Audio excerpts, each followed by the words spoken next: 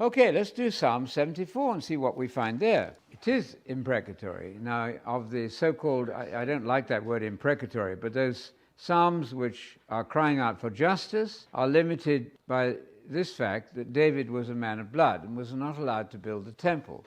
However, they're still part of the Bible, so I won't argue with that. Asaph in this particular case, but he has this, oh God, how long? So you take your concordance, you need the Bible Works or Logos Works on your computer, and type in how long. Fantastic. How long? Oh God, how long are we going to go on in this condition? Please intervene. And God says, vengeance is mine, I will repay. And he will eventually. That's a very common theme. Why have you rejected forever? Ever thought of that? Why in the world don't you just answer my prayer and get on with it? Doesn't happen all the time. So how long is interesting. So this is the downside of the Christian life. God appears to have rejected us forever. Why does your anger smoke against the sheep? Wow, God can be angry with his people. He can be. I don't think we reckon with that always. Maybe he's angry with us. We have to consider it as a possibility. Remember your congregation, your church in the Old Testament, which you've purchased of old. How did God purchase that church? By bringing them out of Egypt, right? And by all the sacrificial blood they had to shed, which you've redeemed to be the tribe of your inheritance. That would be particularly the tribe of Judah. He selected Judah to be the special tribe of his inheritance. And this Mount Zion, where God has dwelt. Isn't that a marvelous idea? God actually dwelt in the temple. Where was it? In Jerusalem. We're not talking about heaven, the sky, immortal souls floating around doing who knows what. We're talking about geography and real places. Turn your footsteps toward the perpetual ruins. Oh God, look at the ruins that our enemies have produced. The enemy has damaged everything within the sanctuary. Oh God, how long? Your adversaries have roared in the midst of your meeting place. They've set up their own standards. You get the point, right? It's very, very vivid, isn't it? And as you watch the news, you see these awful samples of people smashing windows, breaking things up, smashing each other, which is really very bad. And you can think then, when you come to these sort of psalms, you can think of the future great tribulation. There is to be a final time of unparalleled evil just prior to the parousia. That will be a worse time in terms of tribulation than ever before. That's future. It's not been going on for thousands of years. That's just wrong. It's a time of 3.5 years, a divided 7, 3.5 years, in the future when there will be extreme evil just before extreme good, right? You need the contrast. Just prior to the kingdom being established by Jesus at his parousia, you have a time of unparalleled evil in the book of Daniel, known as the Great Tribulation. It sounds to me like that sort of thing here. They've burned your sanctuary. There will be apparently a temple and a sanctuary that they can burn.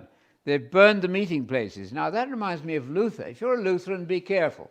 Burn the synagogues, kill the Jews. And some people have thought that was the origin of anti-Semitism, That's a shocking attitude, by the way. Luther had not read the Bible very well. Luther also said the book of Revelation is not a Christian book. He said it. So if you're a Lutheran, do a little history.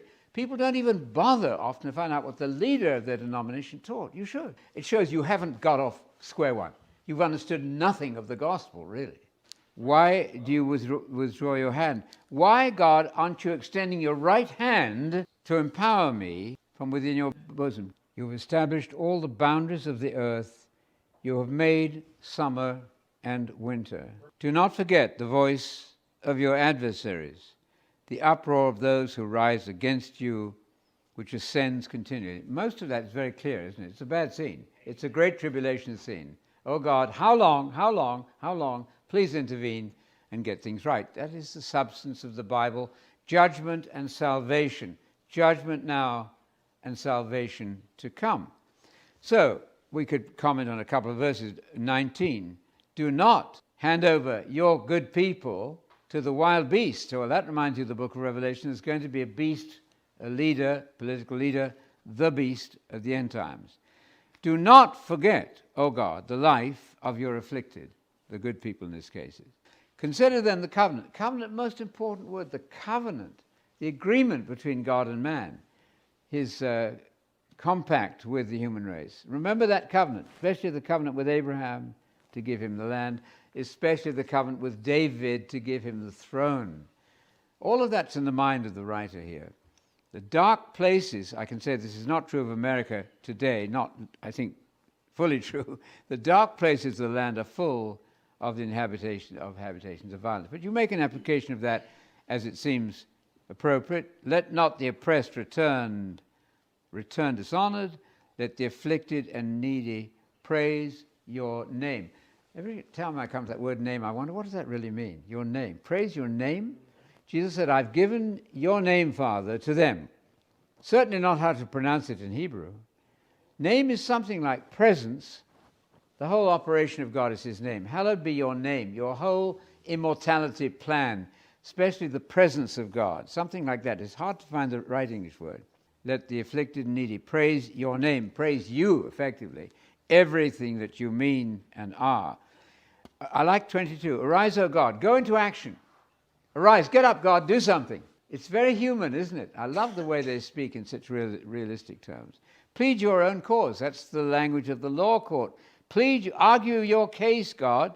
Plead your cause. Remember how foolish man reproaches you all day long. Remember the awful foolishness of humanity. Do not forget the voice of your adversaries, the uproar of those who rise against you. Fascinating picture, isn't it? Very black and white. Bad now, but you are waiting to see the kingdom come. I like 22 though. Arise, O God, in our modern English. Go into action, God. Get up and do something. Pleading with God to do that. Plead your cause.